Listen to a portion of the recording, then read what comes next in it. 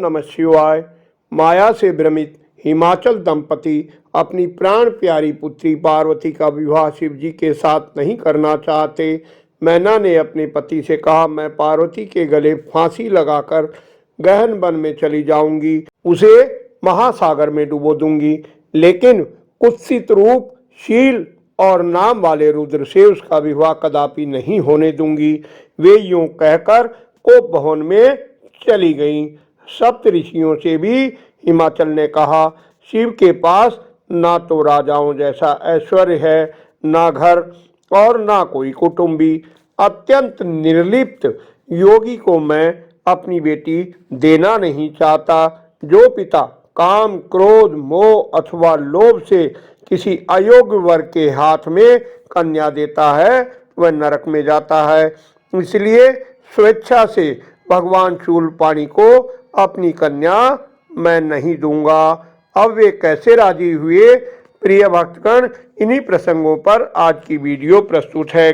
कृपया मेरी त्रुटियों को क्षमा कर भक्ति रस का अमृत पान करें। सर्वसमर्थ परमात्मा शिव ने पार्वती को दिए अपने वरदान और देवताओं की कार्य की सिद्धि के लिए सप्त ऋषियों और वशिष्ठ जी की पत्नी देवी अनुसुईया को हिमवान के घर भेजा। हिमाचल दंपति ने उनका सबका भावहीना स्वागत सत्कार किया। हिमवान द्वारा इनकार करने पर महर्षि वशिष्ठ ने मर्म भरे वचन कहे। हिमवान भगवान शंकर संपूर्ण देवताओं के स्वामी हैं।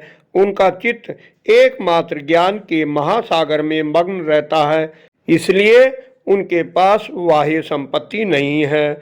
जो सबके ईश्वर हैं, इन सब की उनको क्या इच्छा होगी?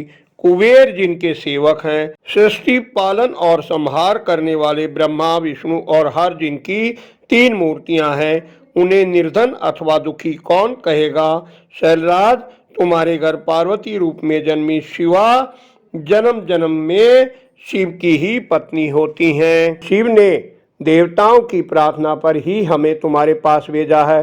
तुम पार्वती को रुद्र के हाथ में दे दो, तुम्हें महान आनंद प्राप्त होगा। तात तपस्या के फलस्वरूप भगवान शंकर ने पार्वती को ऐसा ही वर दिया है जो मिथ्या नहीं हो सकता। तुम अपनी पुत्री शिवा को शिव के हाथ में नहीं दोगे, तब भी भावी के बल से इन दोनों का विवाह हो जाएगा। शैलेंद्र, तुम और मैना रोष को त्याग दो। 1 सप्ताह बाद बहुत ही उत्तम मुहूर्त है। इस मुहूर्त में तुम अपनी कन्या शिव के हाथ में देकर कृतार्थ हो जाओ। इस पर शैलराज हिमाचल ने अपने भाई बंधुओं मेरु, गंधमादन, मंदराचल, मैनाक और विंध्याचल आदि से कहा, आप सब लोग विचार कर जैसा ठीक समझे वैसा करें। इस पर सभी ने एक स्वर में कहा, इस समय विचार करने से क्या लाभ? जैसा ऋषि लोग कहते हैं उसके अनुसार ही कार्य करना चाहिए। ये कन्या देवताओं का कार्य सिद्ध करने के लिए उत्पन्न हुई है। इसने शिव के लिए ही अवतार लिया है, इसलिए वह शिव को दी जानी चाहिए। इस पर हिमाचल बोले, महाभाग सप्तऋषियों, मेरा सारा संदेह दूर हो गया है। अब मेरा शरीर, मेरी पत्नी मैना, मेरे पुत्र पुत्री, रिद्धि सिद्धि सब भगवान शिव का ही है। ऋषिगण बोले, हिमवान, सृष्टि के स्वामी तुम्हारे याचक हैं और तुम दाता हो, इससे उत्तम सौभाग्य और क्या हो सकता है? फिर पार्वती सहित सभी को आशीर्वाद दे और चौथे दिन उत्तम लग्न का बताकर सप्त ऋषि भगवान शिव के पास पहुँचे। सप्त ऋषियों ने भगवान शिव से सारा वृत्तांत निवेदन किया। लोकाचार परायण महेश्वर ने हंसते हुए सप्त ऋषियों से कहा, महाभाग सप्त ऋषियों, विवाह को तो मैंने ना कभी देखा है और ना सुना ही है।